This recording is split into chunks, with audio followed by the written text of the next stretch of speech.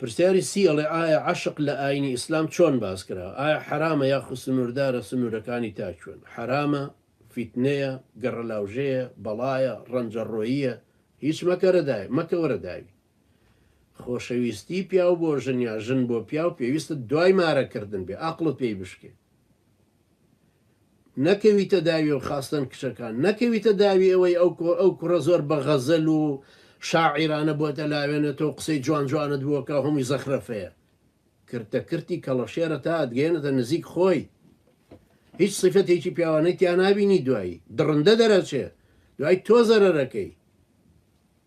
بە هەمان شێوە چونکە من ئەوەندەی کە قەزی کۆمەڵایەتیەکان دێتە لام هەر پیاوەکانمان.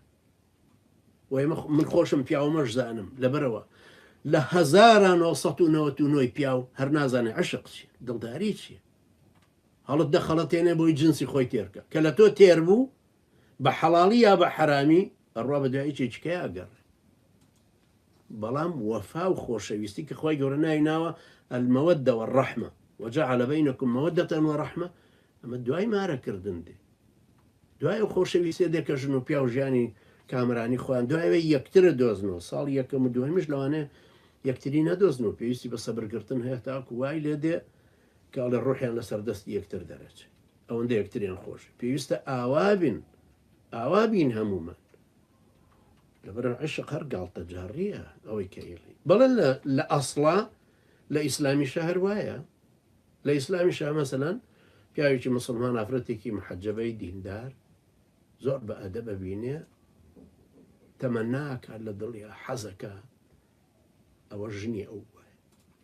بە هەمان شێوە ژنێکی مسلمان پیاوێکی جوانی دیندار و مسلمان و بە شەهامەتە بینێڵێ خۆزگە ژنی ئەو بوومایە. ئەمە لە ناخی دڵایە، ئەمە سۆز و خۆشەویستێکە لە دڵایە، بەڵام ئەمە نابێ ببێ بە عەمەلی بڕۆی بە دوایە. کە ڕۆیشتی بە دوایە خەتواتەکانی شەیتانە، هەنگاوەکانی شەیتانە بەخوا قەسەم لێی پەشیمانە بیت.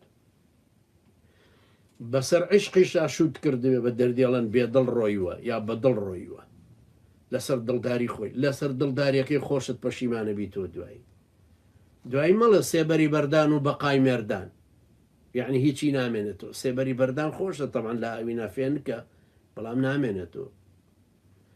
دوای تۆشە و گلەیە لە پیاوان بکەیت، گلەیەکە لە خۆت بکەرەوە.